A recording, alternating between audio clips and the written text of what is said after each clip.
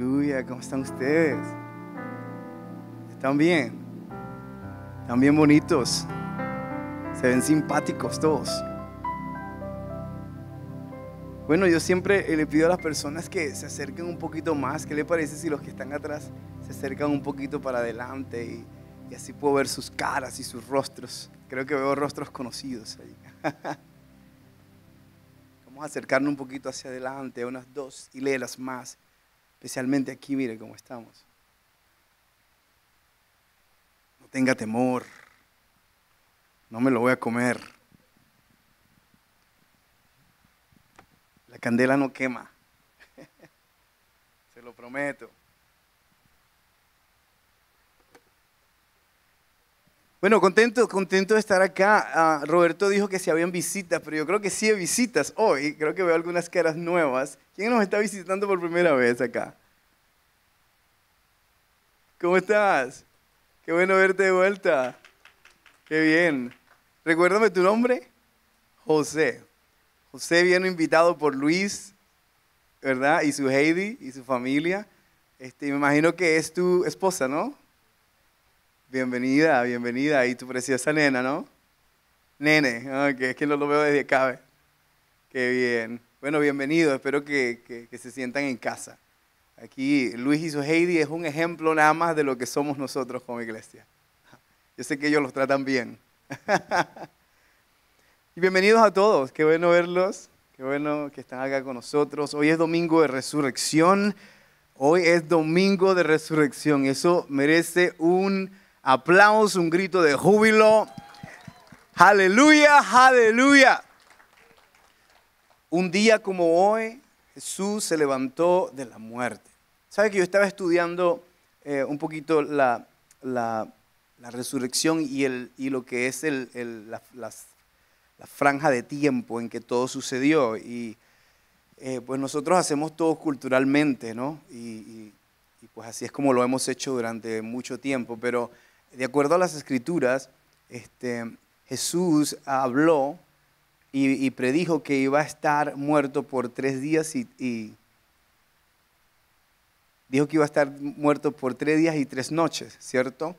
Entonces, si tú sacas la cuenta, si murió el viernes, esta es una noche y un día, ¿cierto? Martes, una noche y un día. ¿Y qué pasó con el tercero?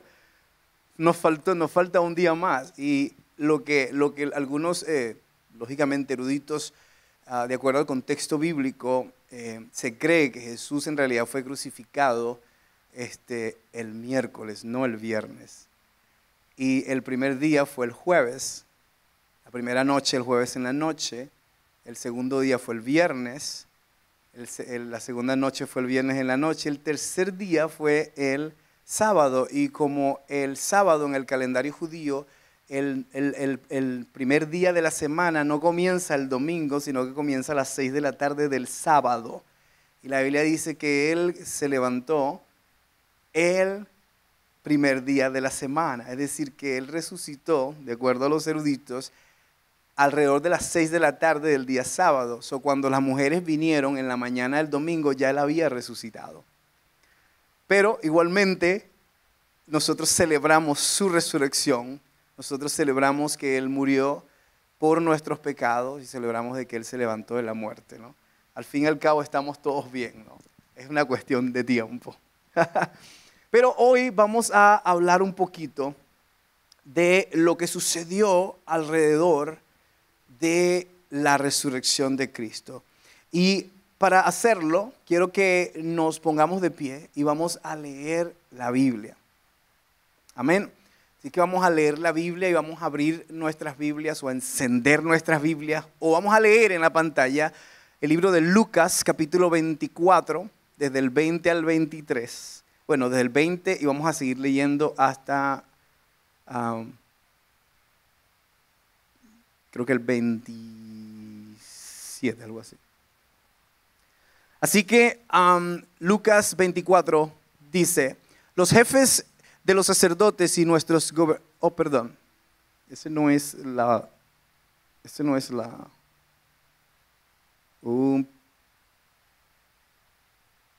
ver. Sí, creo que sí es. Ok.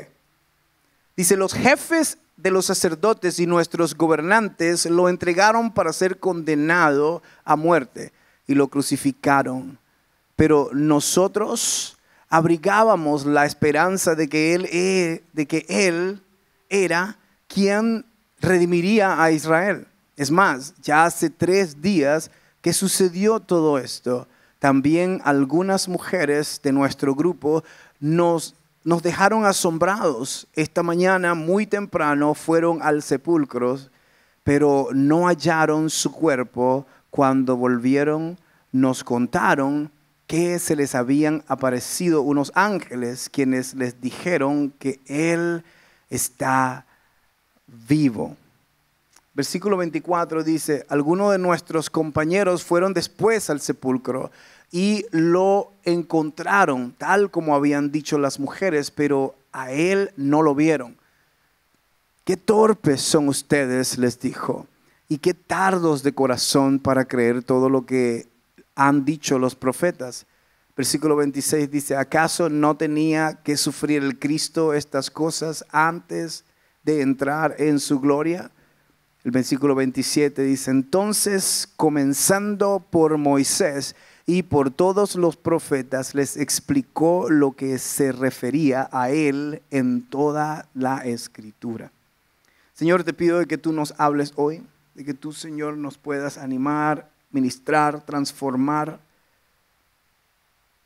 cambiar nuestra mentalidad e incluso, Señor, retarnos a vivir una vida diferente, una vida nueva en ti. Te lo pedimos en el nombre de Jesús. Amén. Puede sentarse.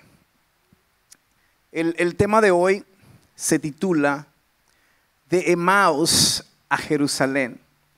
Tú sabes que es irónico la frase porque en realidad lo que la Biblia relata es el camino de Jerusalén a Emaús, no de Emaús a Jerusalén, pero yo lo hice a propósito y quiero que me sigas en esta predicación para que veas por qué lo titulé de esa manera.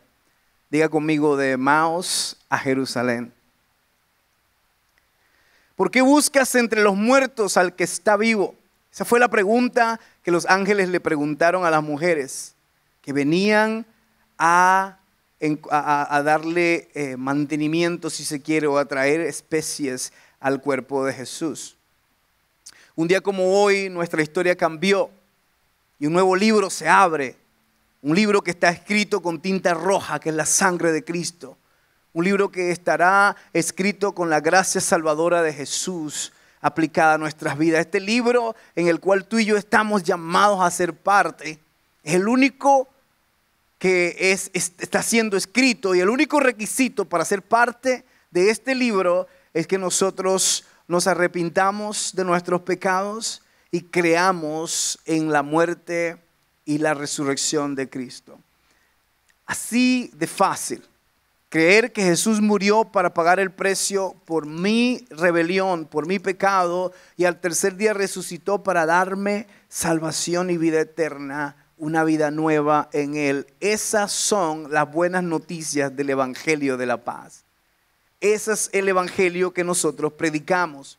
¿Tú sabías que en el Antiguo Testamento o en la vida afuera de Cristo, las personas tenían que salvarse a ellos mismos, si se quiere decir de esa manera? Tenían que ganarse el favor de Dios y la bendición de Dios por sus propias obras.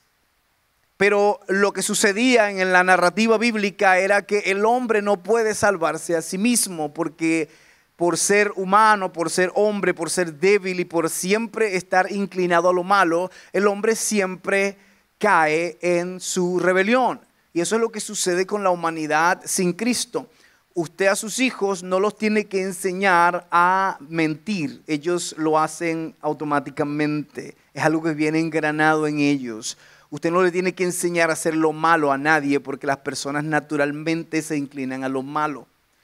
Basta que en dejar el mundo sin orden, sin leyes, para que usted pueda ver cómo el mundo puede volverse. Si no existiera la policía, si no existiera la ley en este país, ¿qué sería de nuestro país? Si no existiera la ley, los policías y las fuerzas de protección civil en nuestros países. ¿Qué sucedería en nuestros países?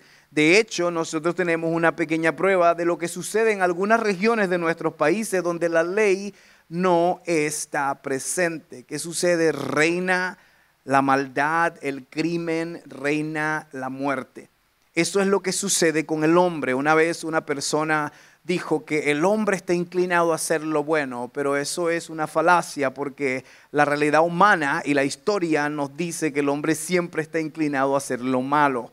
Si no, podemos ver a la historia y solamente tomar algunos ejemplos de personajes que en su propia mente pensaron que estaban haciendo algo bueno, como Hitler, por ejemplo. Él en su mente estaba haciendo algo bueno, pero su bondad y su concepto de bondad en él estaba erróneo para el resto del mundo, porque terminó asesinando más de 6 millones de judíos y muchas otras personas.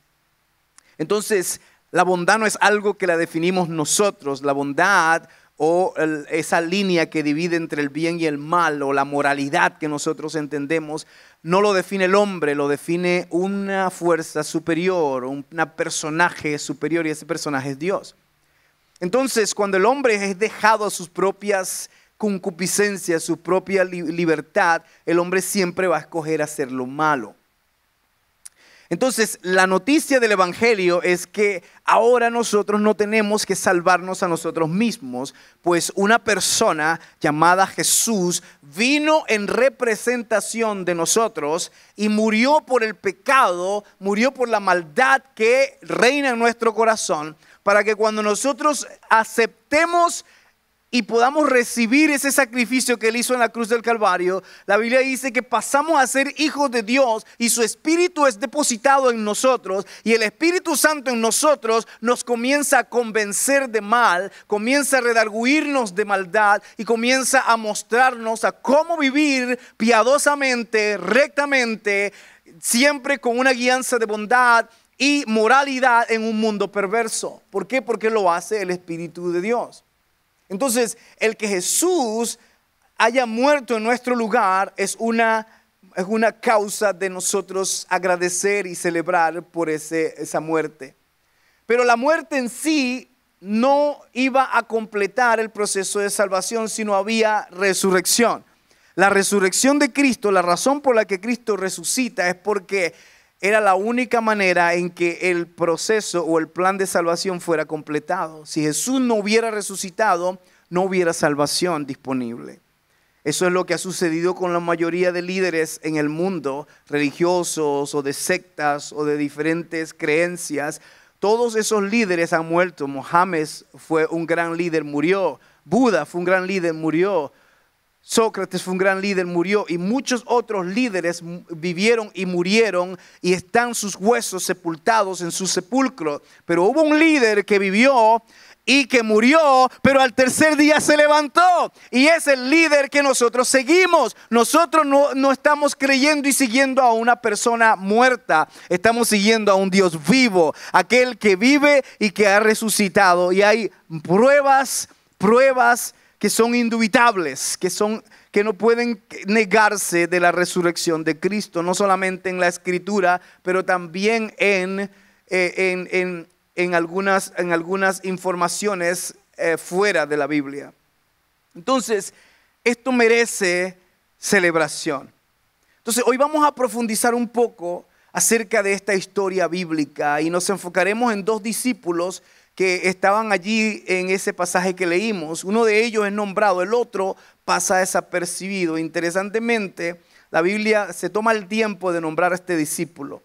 Más adelante, cuando tú lees el relato bíblico, te comprenderás que este discípulo que es nombrado, la razón por la que es nombrado es porque se convirtió en un prominente discípulo de Cristo en el futuro, que dio su vida por Cristo para predicar el Evangelio. Entonces, en Lucas 24, 13 al 27, leímos esta narrativa, y es que estos 2 discípulos estaban allí encontrándose, iban quizás entristecidos porque Jesús, aquel al que habían seguido, había muerto y ahora no sabían qué hacer. ¿Qué hacemos? ¿Qué hacemos? ¿Qué hacemos? Estaban decepcionados, tú sabes, como cuando tú has creído que algo va a funcionar y de repente todo se rompe y se cae y quedas decepcionado y tienes que irte con las tablas en la cabeza, como que wow, yo me invertí todo en esto y no salió bien. ¿Cuántas veces nosotros hemos perdido grandes cosas, cosas costosas en nuestra vida simplemente por eso? Y yo estaba pensando, ¿cómo yo uno esta predicación con la serie que hemos estado estudiando de Nehemías?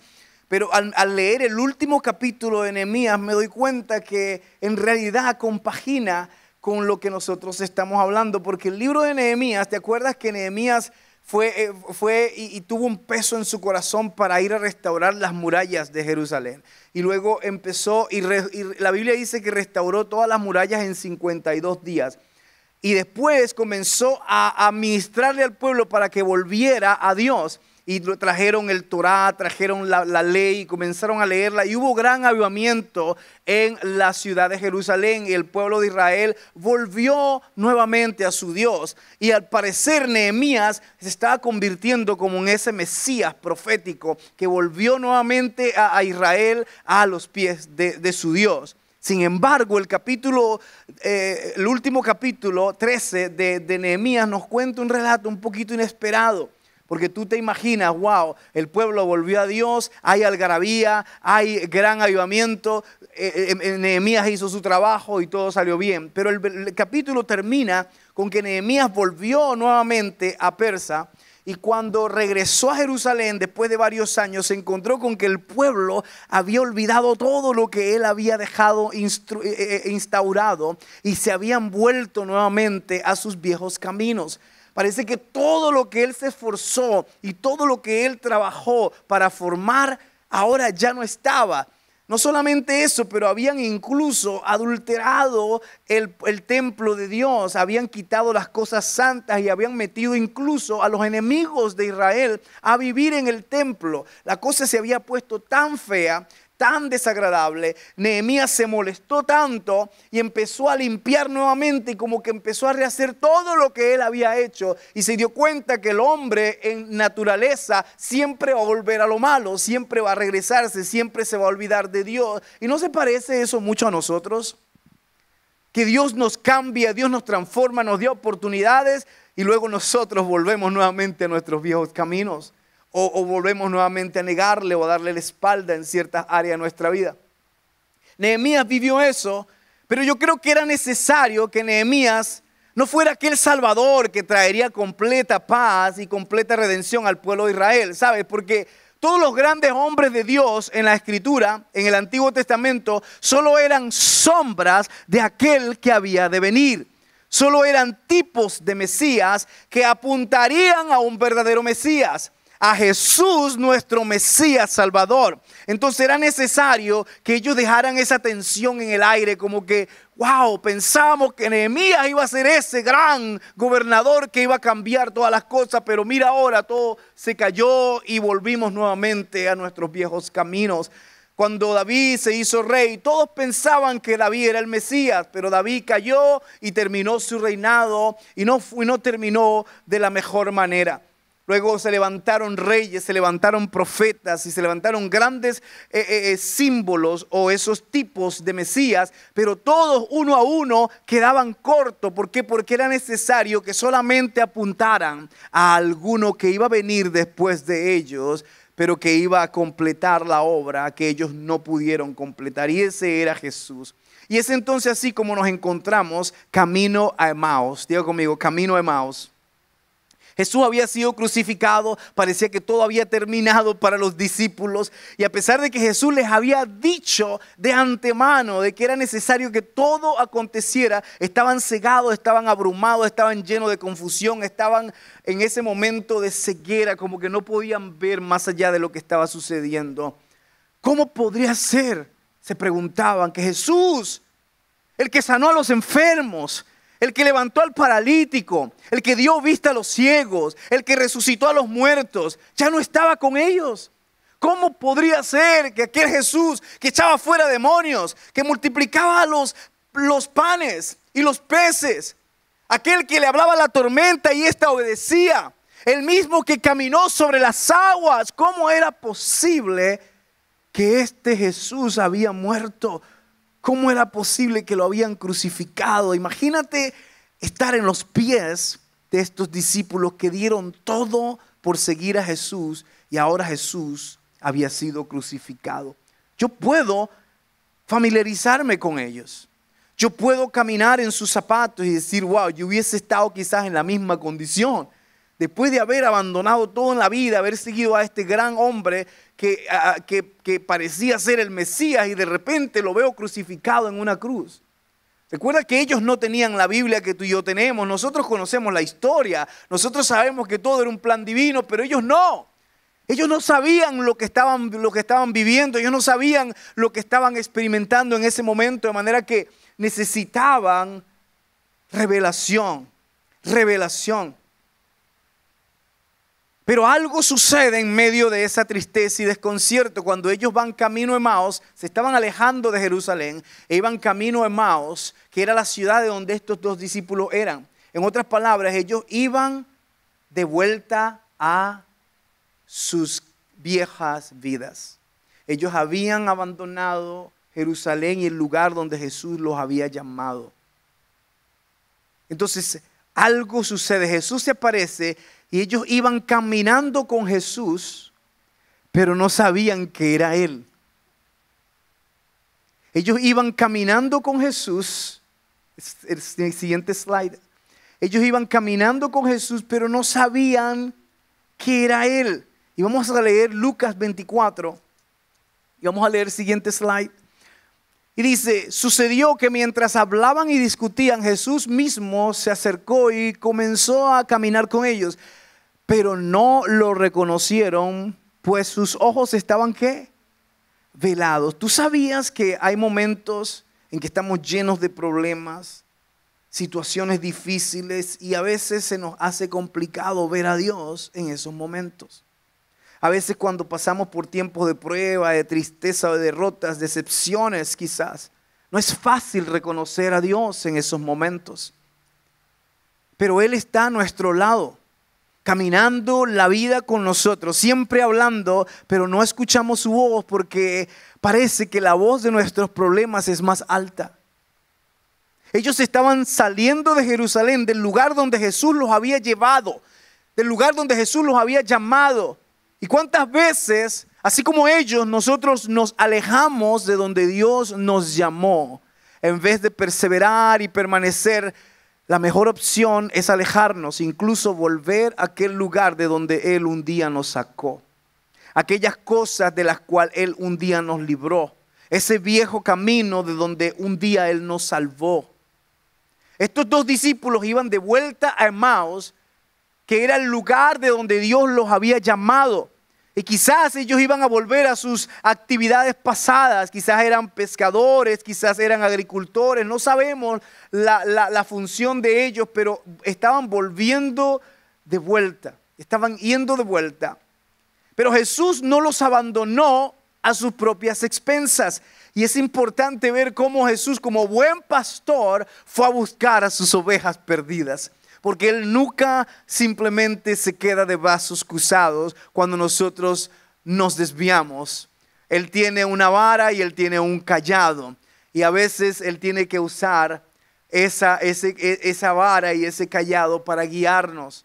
Tú sabes, el cayado era eso que Él usaba como para traer. Los pastores usaban el cayado, era algo que tenía así como una inclinación al final y lo usaban los pastores para traer las ovejas que se salían del redil y meterlas nuevamente al redil. La vara era para aplicar disciplina cuando se portaban mal o para echar fuera los animales de rapiña que venían a devorar las ovejas. Entonces Jesús vino a sus ovejas perdidas y mientras caminaba con ellos les hizo preguntas. Digo conmigo, preguntas. Preguntas que iban directo a traer afuera lo que había en sus corazones. ¿Por qué? Porque Jesús busca lo que hay en tu corazón, no lo que hay en tu mente. En nuestra mente muchas veces pasan muchas cosas. Estamos siempre pensando, siempre analizando qué es lo mejor, qué es lo que me conviene, a dónde voy. Y estamos a veces confundidos de tantas ideas, pero Jesús no quiere nuestras ideas. Él quiere saber la raíz de nuestras ideas, de dónde viene todo nuestro razonamiento. Así que Él les hace preguntas y a veces Dios no viene con respuestas. A veces Dios viene con preguntas a tu vida. ¿Qué vienen discutiendo por el camino? Les pregunta. Esa pregunta abre camino a la conversación que cambiaría la resolución de estos dos discípulos. Jesús no se presenta de inmediato, Él pregunta, escucha y camina con ellos. Esta porción nos enseña que el Señor no siempre se presenta de forma obvia y abierta. A veces Él se presenta en la conversación, a veces en el proceso. Quizás no lo vemos, pero Él se hace presente. Es por eso que la oración siempre debe ser nuestra mejor herramienta en cualquier situación. Cuando estemos pasando por pruebas, por situaciones, por necesidades, en vez de ir y correr a nuestros amigos y en vez de ir y correr a otras personas, vamos a correr al Señor y vamos a hablar con Él. Y decir, Señor, me siento así, me siento tal, siento esto es lo que hay en mi corazón, tengo miedo, no sé a dónde ir, Señor, me duele todo, Padre, ayúdame, estoy confundido. No tengo dirección en mi vida. Dios quiere que nosotros abramos nuestro corazón y estos discípulos hicieron eso. Le dijeron, ¿acaso no sabes lo que ha sucedido estos últimos días en Jerusalén? Y Jesús le dijo, no, cuéntenme. Y él sabía, lógicamente era Jesús, pero él quería que ellos abrieran su corazón y les contaran su perspectiva de lo que había sucedido. Entonces, Jesucristo, en otras palabras, los estaba llevando al final de ellos mismos. Recuerda que la Biblia dice, clama a mí, yo te responderé, dice el libro de Jeremías. Y en la conversación es cuando Dios se va a revelar a nosotros. No es en medio del razonamiento humano, es en medio de la conversación, de la interacción. Muchas veces Él no viene con respuestas, sino con preguntas que nos van a sanar y que nos darán una nueva perspectiva de nuestra situación actual. A veces Dios primero quiere que saquemos lo que hay en el corazón antes de abrir nuestros ojos. ¿Por qué? Tú te preguntarás, ¿por qué el Señor quiere eso? ¿Por qué lo hace tan difícil? No lo hace difícil, al contrario, lo hace bien. ¿Por qué? Porque antes de cambiar lo que nosotros sentimos, el Señor quiere cambiar lo que nosotros creemos. Diga conmigo, antes de cambiar lo que sentimos, Él quiere cambiar lo que creemos. Fíjate lo que dice Lucas 24, 25 al 27.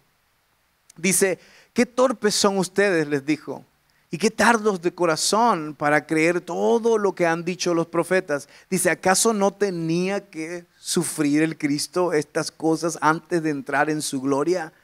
Entonces comenzando por Moisés y por todos los profetas, dice, les explicó lo que se refería a Él en todas las Escrituras. En otras palabras, Jesús los confronta, pero no con juicio, aunque esa frase nosotros la leemos y parece que fuera juicio, pero no, los confronta con verdad. Les explica las Escrituras, les dice, no sean torpes. Yo no les dije que era necesario que el Cristo padeciera. ¿Por qué no creen? Jesús empieza a abrir las Escrituras y comienza a explicarles cómo era necesario que el Mesías pasara por todo lo que pasó y les reveló la Escritura. ¿Por qué? Porque la palabra de Dios reescribe nuestra narrativa rota. Es la palabra de Dios donde Dios aclara nuestras dudas. La palabra de Dios trae luz a nuestro camino, dice la palabra, y es como una lámpara a nuestros pies. Limpia nuestras mentes, limpia nuestras almas. Todo esto mientras caminaban. ¿Por qué? Porque lo hermoso de caminar con Jesús es que es en el camino donde nosotros lo conocemos más y aprendemos más de Él. No es cuando lleguemos a la destinación, es cuando caminamos con Él que nosotros aprendemos y somos enseñados por Él. Es en los procesos, diga conmigo procesos. A veces no nos gustan los procesos, nosotros queremos el producto terminado. Nosotros queremos llegar y que nos den todo ya como final y a veces no nos gusta esperar los procesos, pero todo tiene un proceso. Imagínate, por ejemplo, el proceso del embarazo. cuántas mujeres han tenido hijos? El proceso del embarazo es único. Tú sales embarazada y te empiezan los síntomas y luego vas al doctor y te dice, oh, tienes 8 semanas o tienes 10 semanas. Y tú miras hacia adelante y dices, tengo que tener 38 semanas o 40 para dar a luz. Ok, todo lo que va a suceder durante ese tiempo. Entonces, ¿qué sucede? Que la mujer tiene que ahora adaptarse al cambio que viene y va a suceder, pero va a suceder durante el proceso.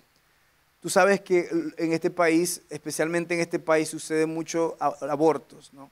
Y un aborto es prácticamente la interrupción de un embarazo, la interrupción de un proceso. Es como que terminar el embarazo antes de que llegue a su cumplimiento. Y muchas veces en nuestras vidas lo que nosotros hacemos es abortos. Nosotros abortamos los procesos de Dios porque nos cuesta mucho esperar el proceso, sin saber que cuando esperemos vamos a ver entonces el cumplimiento, el bebé va a venir y todo lo que nos costó esperar va a valer la pena, porque cuando usted mira la cara de esa criatura, se enamora y se olvida de esos 38 semanas y ese dolor que pasó, ¿cierto? Damas, se olvidan que estuvieron llorando y gritando para poder echar ese bebé afuera, porque la alegría de poder ver el rostro precioso de ese bebé con el que compartiste todo ese tiempo, calma todo lo demás.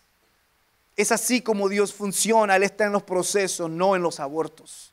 Los abortos terminan y matan el propósito de Dios en tu vida. Entonces, si tú estás en un proceso, pasa por él. No trates de buscar un atajo, no trates de abortarlo, sino camina, sigue caminando. Pastor, es que a veces es difícil, tranquilo. Va a terminar, eso no es permanente, todo es temporal. El Señor va a completar ese proceso en tu vida. Las pruebas, es allí donde vamos a verlo a nuestro lado, siempre fiel, siempre constante, siempre bueno. Su corazón lleno de amor y misericordia no quería que estos discípulos se perdieran y perdieran sus propósitos. Así que antes de cambiar lo que ellos sentían, Jesús debía cambiar lo que ellos creían.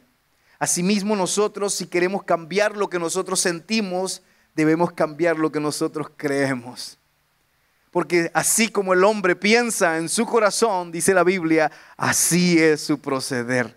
Entonces una vez que llegan a Emaús, estaban tan encendidos, estaban tan avivados, tan edificados, que no querían separarse de este extraño que había caminado con ellos durante todo este camino a Emaús. Estaban tan impresionados que lo invitaron a posar con ellos y le dijeron, hey, se está haciendo tarde, ¿por qué no te quedas con nosotros? Y vamos a comer y vamos a compartir. Y lo invitaron a sentarse a la mesa y a comer el pan, a compartir el pan con ellos. Y es allí donde se les abrieron los ojos. ¿Por qué? Porque es en la intimidad, en la comunión con Jesús donde se le revela abiertamente. Tú caminas con Jesús y estás en medio de los procesos y a veces las presiones de la vida no te dejan ver a Jesús. Es por eso que debemos apartar un tiempo para estar a solas con Él. Porque a veces es difícil ver a Jesús en medio de la tormenta. Pero si te metes en una alcoba o en un cuarto y te encierras y te metes con Él, entonces es allí donde Él puede revelarse a ti. A veces hay tanto ruido en la calle. Hay tanto ruido en nuestra vida, hay tanto ruido en nuestras situaciones que se nos hace difícil escuchar la voz de Dios. A veces hay tanto ruido en los teléfonos, en los iPads, en las computadoras. Hay tanto ruido de entretenimiento que no tenemos oídos para escuchar a Dios. Y a veces tenemos que apagar el teléfono y apagar la computadora y apagar el televisor y en realidad tener un momento de silencio y buscar a Dios, porque es en la intimidad con Jesús donde Él se revela. Fíjate lo que dice Lucas 24, 29 al 32. Dice, pero ellos insistieron, quédate con nosotros que está atardeciendo, pronto será de noche. Así que entró para quedarse con ellos. Luego, estando con ellos a la mesa, dice, tomó el pan y lo bendijo y lo partió y se lo dio. Te estoy hablando de un Cristo resucitado. Un fantasma no parte un pan y come y se sienta con una persona. Un hombre, un humano lo hace. Jesús había resucitado, dice. Entonces se les abrieron los ojos y lo reconocieron, Pero Él desapareció y se decían el uno al otro, ¿no ardía nuestro corazón mientras conversaba con nosotros en el camino y nos explicaba las Escrituras? Esta frase a mí siempre me llena. Porque ellos sabían de que algo era diferente en este extraño, pero no podían explicarlo. Y aquí es donde llega el clímax glorioso. No fue en el camino, sino en la comunión. Muchas veces nos ocupamos mucho en la vida y pensamos que Dios ahí Hay personas que dicen, no, pastor, yo oro en el camino, yo oro en el carro, yo me voy en el carro y yo voy orando. Y yo llego en el trabajo y yo oro en el trabajo.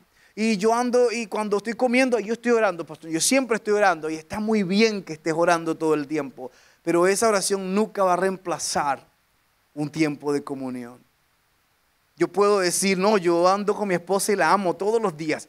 Andamos en el carro y andamos agarraditos de manos y le doy besitos y le digo que la amo.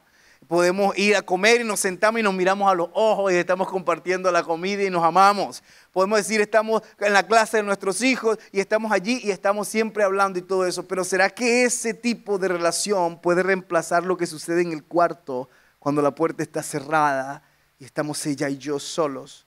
No puede reemplazarlo. ¿Por qué? Porque es un tiempo a solas de intimidad. Asimismo, tenemos que procurar tener un tiempo con Jesús y entender que necesitamos intimidad con Él, porque es en la intimidad donde ella y yo nos vamos a conocer. Es en la intimidad con Jesús donde podemos conocerlo tal cual como Él es. Fue en ese momento de comunión con Jesús cuando Él se da a conocer abiertamente. La intimidad con Jesús revela lo que el razonamiento no puede. Al compartir el pan, sus ojos fueron abiertos y pudieron ver al Cristo resucitado. Antes solo veían al Cristo crucificado. Ellos sabían de al que había muerto, pero no habían visto el que había resucitado. Cuando comieron y tuvieron comunión con Él, fue donde pasaron de ver al Cristo crucificado a ver al Cristo resucitado. Y yo creo que eso es algo que es profundo. Es necesario que nos asociemos con su muerte, con su sufrimiento, pero sin resurrección nuestra fe es en vana. Aún estamos en nuestro pecado y es por eso que Pablo oraba para que los creyentes conocieran a Jesús y el poder de su resurrección. Pero es en la intimidad donde nosotros vamos a conocer ese poder. ¿Por qué? Porque es ese poder el que nos da la libertad para nosotros poder vivir la vida que Dios nos llamó a vivir. Es en la intimidad que nosotros lo conocemos. Es en los tiempos de dulce comunión donde Él se da a conocer abiertamente. Es en los tiempos de cercanía donde nuestros ojos son abiertos. Como cristianos debemos desarrollar una vida devocional. Una vida de comunión, de intimidad con el Espíritu Santo, el cual es el Espíritu de Cristo y nos revela a Cristo y le da testimonio a nuestro espíritu de que somos hijos de Dios. Para estos discípulos, en su presencia, lo que parecía una pérdida se convirtió en propósito. Ellos reconocieron que cuando Jesús siempre estuvo con ellos durante el camino, pudieron reconocer que Jesús no los dejó ni los abandonó, sino que con paciencia los acompañó y los confortó aun cuando ellos no lo reconocieron. ¿Tú sabes de cuántas cosas el Señor te ha librado que tú no sabes? ¿Tú sabes de cuántos accidentes el Señor te ha librado que tú ni siquiera sabías que los ibas a tener? ¿Tú sabes de cuántos males, enfermedades y diferentes cosas contrarias Dios te ha librado que tú simplemente no sabes? Y en un momento Dios te lo va a revelar y te va a mostrar tu vida. Decir, mira, ¿te acuerdas de ese momento cuando estabas allí pasando ese tiempo alegre allá en la playa? Bueno, ahí hubo un tiburón que te iba a devorar y yo lo aparté. Tú no lo viste, ni siquiera supiste. ¿Te acuerdas aquel día cuando estaba lloviendo en esa ruta y viste ese carro varado al lado y tú pudiste esquivarlo y no sucedió nada? Bueno, tú ibas a morir en ese accidente, pero yo te protegí. ¿Te acuerdas aquel día cuando llegaste a aquel lugar y sucedió ese tiroteo y tú llegaste tarde y no sucedió cuando tú estabas allí? Tú ibas a morir allí, pero yo te retardé, yo te hice que se te olvidara algo en la casa y tuviste que regresarte de vuelta. Entonces tú no sabes de lo que Dios te libra todos los días. Es por eso que necesitamos ojos para ver lo que Él hace. Los discípulos pudieron reconocer y decían, no ardía nuestro corazón mientras nos hablaba. Fue entonces donde lo que era un viaje a Jerusalén, lo que era un viaje de Jerusalén a Emaús, se convirtió en un viaje de Emaús a Jerusalén. De vuelta a su llamado, de vuelta a su asignación, de vuelta a su propósito y a su destino. Estos discípulos dieron su vida por Jesús después de aquel encuentro. Ellos entendieron que estaban en Emaús, pero estaban en el lugar equivocado. ¿Por qué? Porque ellos debieron volver a Jerusalén y estar en Jerusalén. ¿Por qué? Porque era en Jerusalén donde Él los había llamado. Pero tomó que Jesús caminara con ellos en el camino y los entendiera y les preguntara y sacara todo lo que había en su corazón. Cambiara su mentalidad, su razonamiento y su manera de ver y de creer, para entonces Él poder hacer la obra completa. Tú sabes, el Señor siempre va a cambiar lo que tú crees para poder cambiar lo que tú sientes. Él siempre va a cambiar lo que tú crees en tu mente, en tu corazón, para poder cambiar lo que tú en realidad quieres ver en tu vida. Y muchas veces nuestros deseos están mezclados con nuestros temores y con nuestras preferencias personales, pero no necesariamente con el propósito de Dios en nuestras vidas. Y la única manera de descubrir eso es cuando nosotros lo encontramos en el camino y podemos dejar que Él haga su obra completa en nuestra vida. Los discípulos entendieron que allí, en ese momento donde ellos pudieron experimentar no solamente la compañía de Jesús, pero pudieron ver a Jesús que tuvo paciencia y les explicó las Escrituras. Yo me imagino a Jesús diciéndole, ¿te acuerdas en el libro de Génesis cuando Dios le dijo a Eva que de su simiente vendría aquel que le aplastaría la cabeza a la serpiente? Sí, me acuerdo. Bueno, ¿te acuerdas cómo Él le dijo que de esa simiente de la mujer vendría entonces ese? Sí, me acuerdo. Y viste cómo entonces vino Abel y después de Abel vino Obed y ves cómo luego Enoc y luego cómo vinieron estos personajes que apuntaban a alguien y se convirtieron en tipos de Mesías. ¿Te acuerdas cuando Moisés levantó la serpiente en el desierto y dijo que todo el que mirara esa serpiente podía ser salvo, pero la serpiente era la que mataba a la gente? ¿Cómo era que la serpiente podía ahora salvar a la gente? Bueno, Jesús antes de la cruz dijo, así como Moisés levantó la serpiente en el desierto, es necesario que el Hijo del Hombre sea levantado. ¿Por qué? Porque Jesús, aunque no era el pecado, tuvo que hacerse pecado para quitar lo que mataba a la gente y tomarlo en su cuerpo, y todo aquel que lo mirara y creyera en Él sería salvo y recibiría la vida eterna. Jesucristo empezó a revelarle la Escritura a los discípulos y empezó a decirle, ¿te acuerdas que era necesario que un cordero fuera sacrificado para que entonces el pueblo obtuviera el perdón? Sí, lo sabemos. Bueno, ¿te acuerdas cuando Juan dijo, he aquí el Cordero de Dios que quita el pecado del mundo? Yo era el Cordero verdadero. Yo era el Cordero que bajó del cielo. Yo era el pan verdadero. Yo era el agua de vida. Yo era la fuente que fluye desde tu interior. Yo era todo lo que los profetas anunciaron. ¿Te acuerdas cuando Isaías dijo que la Virgen concebirá y dará a luz un hijo y llamaremos su nombre Emanuel? ¿Te acuerdas cuando Isaías dijo que hijo nos es nacido, hijo nos es dado, y el principado sobre su hombro, y se llamará su nombre como admirable, consejero, Dios fuerte, Padre eterno, príncipe de paz, y el reinado y el dominio que vendrán sobre sus hombros serán eternos? ¿Te acuerdas? Sí, ese soy yo. ¿Te acuerdas cuando Isaías dijo, el Espíritu del Señor está sobre mí, porque me ha enviado Dios, me ha ungido para predicar el Evangelio a los perdidos, para sanar a los enfermos, para vendar el corazón de los que están rotos y para declarar el año del Señor? ¿Te acuerdas? Sí, ese soy yo. Era Él todo el tiempo. Era Él todo el tiempo. Era Él la raíz de David. Era Él aquel cordero.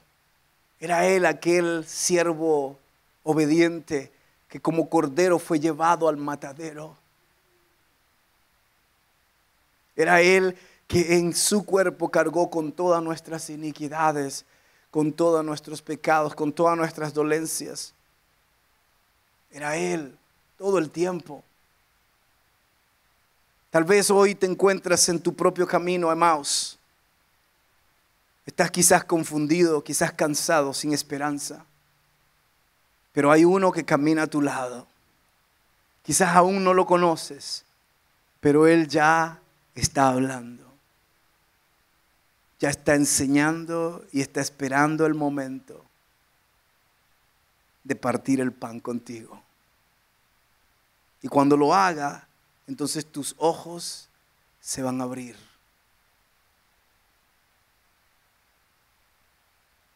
Y tu corazón va a arder. Y no volverás a caminar igual.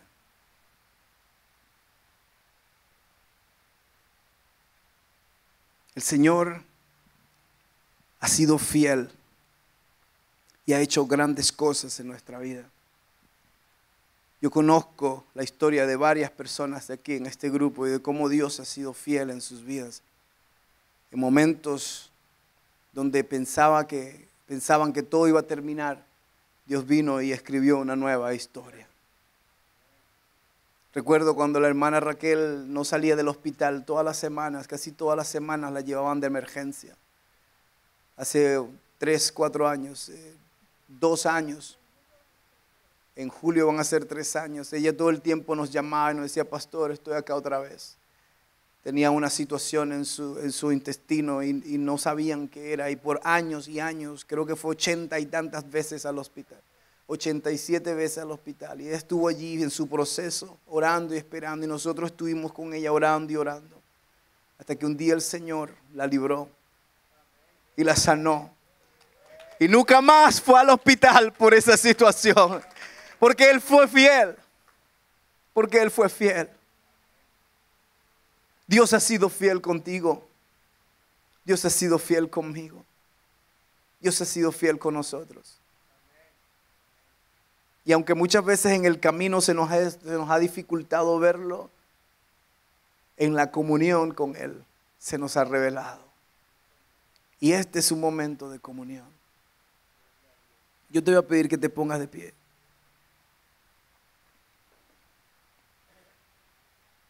Y me gustaría invitarte esta tarde. Si tú estás acá y tú dices, pastor, yo estoy camino a Emaús. Yo no estoy camino a Jerusalén. Yo me estoy alejando de mi propósito. Yo me he estado alejando a través de los años, poco a poco, lentamente, paso a paso, de mi propósito en la vida.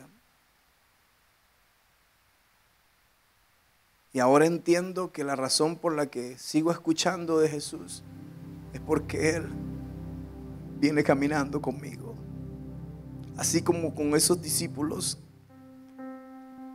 Él fue a buscar a sus ovejas perdidas. Y comenzó a hablarles, comenzó a ministrarles, comenzó a recordarles. Así mismo lo hace contigo.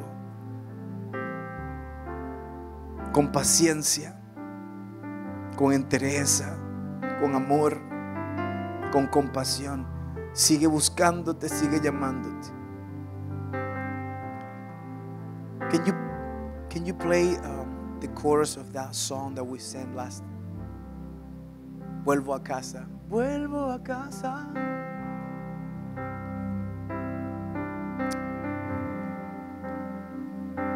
Yo creo que el Señor nos está llamando a volver.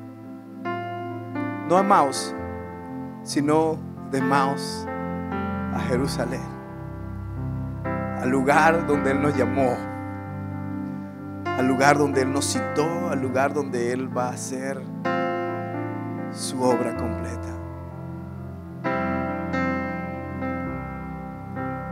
Vuelvo a casa, vuelvo a casa, a la casa de mi Padre que me ama y me llama por su nombre, y aunque conoce mi pasado, aún así me aceptas y tu hijo soy. Vuelvo a casa, a la casa de mi Padre que me ama y me ama. Me llamas por mi nombre, y aunque conoce mi pasado, aún así me aceptas y tu hijo soy.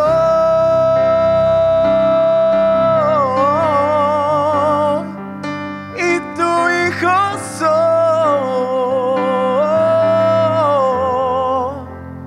Y tu hijo soy.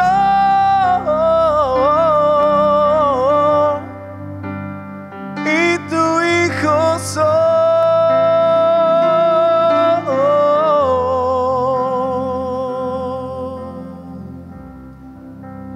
Vuelvo a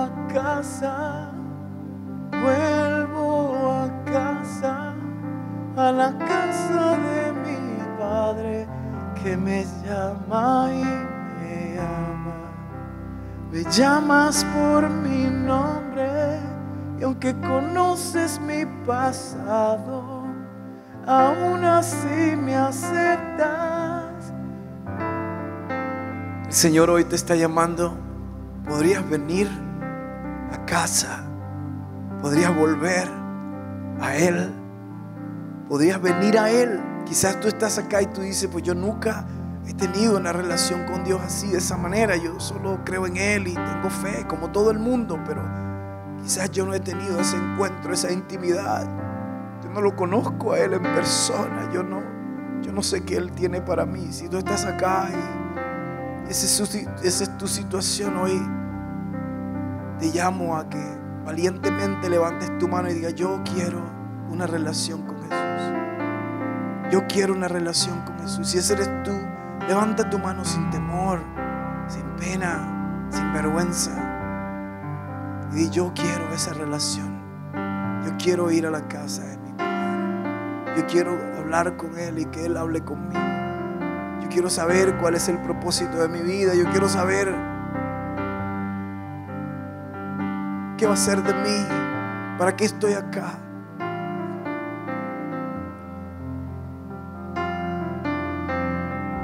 Si tú estás acá y tú dices: pastor, yo conozco al Señor, yo lo amo, pero yo reconozco que he estado camino a Emaús y no estoy en Jerusalén, pero hoy quiero volver. Si ese eres tú, entonces levanta tu mano y di: Señor, yo quiero asegurarme que estoy caminando hacia Jerusalén y no hacia Emaús.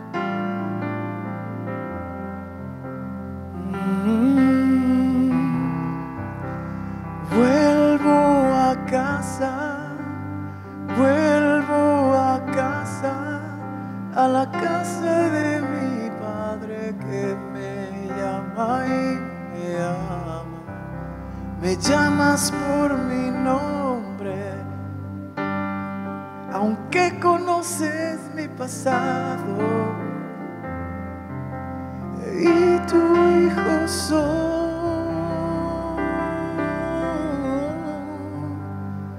Y tu hijo soy.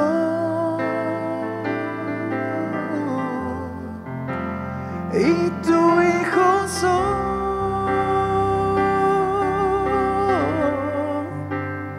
Y tu hijo soy. Gracias, Padre. Gracias, Señor.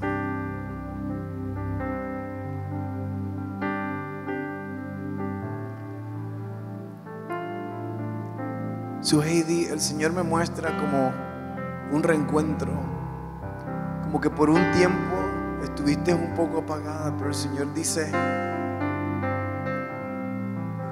hoy vuelvo. Se dice: hoy vuelvo. Se dice su Heidi, dice: yo no me he olvidado. Yo no me he olvidado. de nuestra dulce comunión. Aleluya. El Señor te dice: hoy quiero que vuelvas a casa conmigo, a una dulce comunión. Aquella que ya tú probaste, aquella que ya tú conoces el sabor, aquella que ya tú has sentido.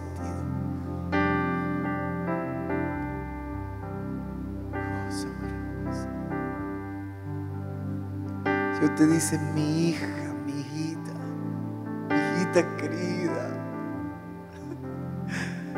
Aleluya. Gracias, Señor. Gracias,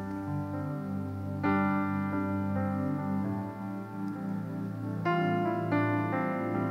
Gracias, Padre. José, tú que nos estás visitando, tú eres un buen hombre, ¿sabes? Tú eres un hombre responsable, un hombre que asume la responsabilidad que tiene enfrente. Pero a veces no sabes qué hacer porque en tu mente es como que estás corriendo a 1.000.000 de kilómetros por hora, pero tus pasos no están igualándose con lo que es, cómo avanza tu mente. A veces te frustras y a veces quieres salir corriendo y tomar decisiones muy adelantadas porque tú estás pensando en tu familia y eres un hombre honesto, ¿sabes? El Señor valora mucho eso. Pero el Señor quiere ayudarte. Él está de tu lado.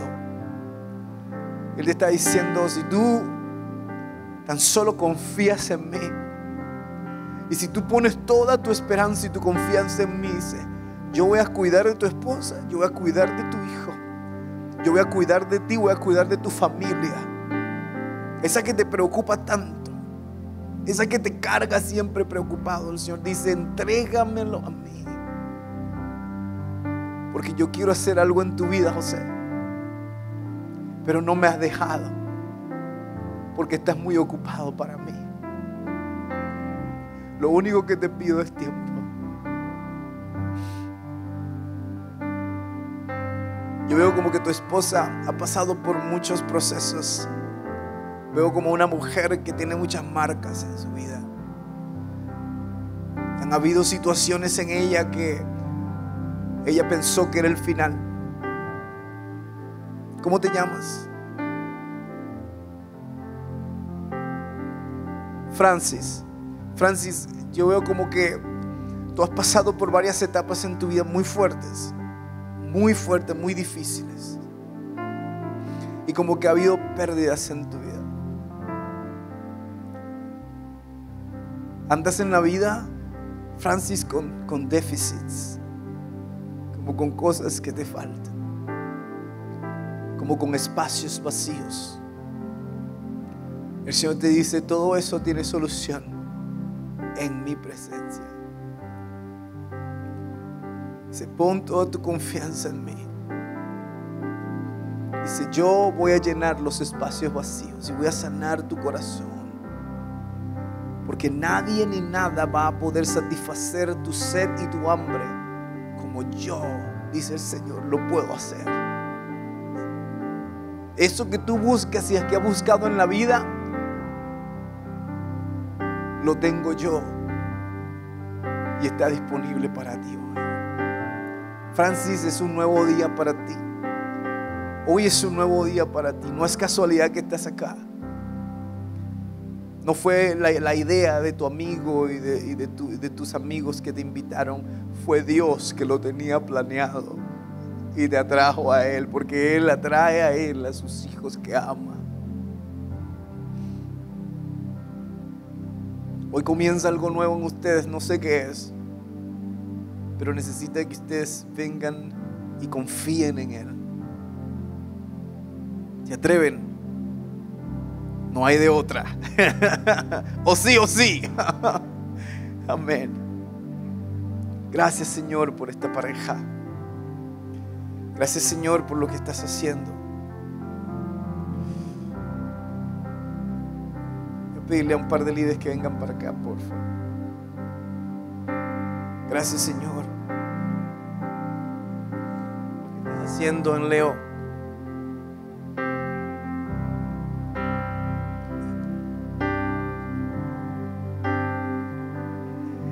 Y en Lily. Gracias, Señor. Gracias, Señor, porque ellos están acá porque tienen en sus corazones el deseo de honrarte, el deseo de buscarte, el deseo de que tú puedas bendecir sus vidas y su relación. Y en humildad se han levantado. No es fácil estar enfrente, no es fácil ser visto por la gente, no es fácil pasar adelante, porque requiere humildad, requiere a veces vergüenza. Pero el Señor valora mucho la valentía. El Señor dice: aquel que me confiesa delante de los hombres, yo le confesaré delante de mi Padre. Hoy el Señor honra este paso que han dado, y el Señor quiere bendecirlos. El Señor quiere extender su gracia sobre ustedes, su gracia sobre ustedes, y les está retando. El Señor les está retando a que lo miren a Él, a que le obedezcan a Él, a que lo honren a Él en todo. Que lo honren en todo, porque el Señor quiere hacer algo maravilloso en sus vidas, y el enemigo no quiere que eso suceda. Así que el enemigo va a hacer todo lo posible por distraerlos en el camino y desviarlos de Emmaus cuando tienen que venir a Jerusalén. Pero hoy es el día en que sus ojos se abren. Lily, hoy es el día en que tus ojos se abren, porque por mucho tiempo habías estado mirando al lugar equivocado. Y el Señor dice: Lily, a pesar de que estabas mirando al lugar equivocado, en mi compasión y en mi misericordia yo te tenía en la palma de mi mano, y tenía destinado este tiempo para traerte a mí, porque en mis manos están tus tiempos, Lily. Están tus tiempos, Leo. En mis manos están tus tiempos, y lo que tú pensaste que debía suceder antes o después están en mis manos, dice el Señor. Yo tengo control de tus tiempos, y tu papel es creerme y seguirme. Si yo me muevo, muévete. Si yo me detengo, deténganse. Si yo corro, corran. Si yo camino, caminen, pero nunca vayan delante de mí o detrás de mí. Caminen a mi paso, porque solo así podrán ver mi gloria. Sanidad, restauración y gracia sobre ustedes en el nombre de Jesús. Gracias, Padre. Gracias, Señor Jesús. ¿Por qué no darle un fuerte aplauso al Señor? Aleluya. El Señor es fiel, maravilloso y único.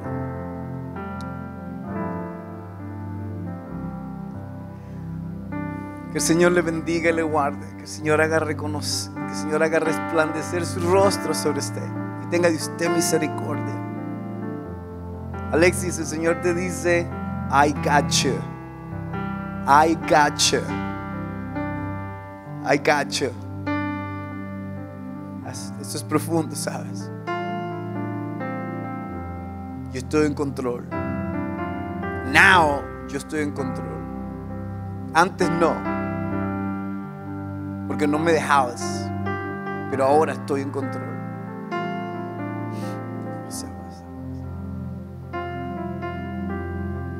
Que el Señor le dé paz, shalom. Que su mano le sostenga, que su gracia le guarde, que su palabra le guíe, que su sabiduría le proteja, que su fuerza pelee por usted, que usted sea sellado en Cristo todos los días hasta el fin del mundo, en el nombre de Jesús. Amén y amén. Dios le bendiga. Feliz día de resurrección. Aleluya.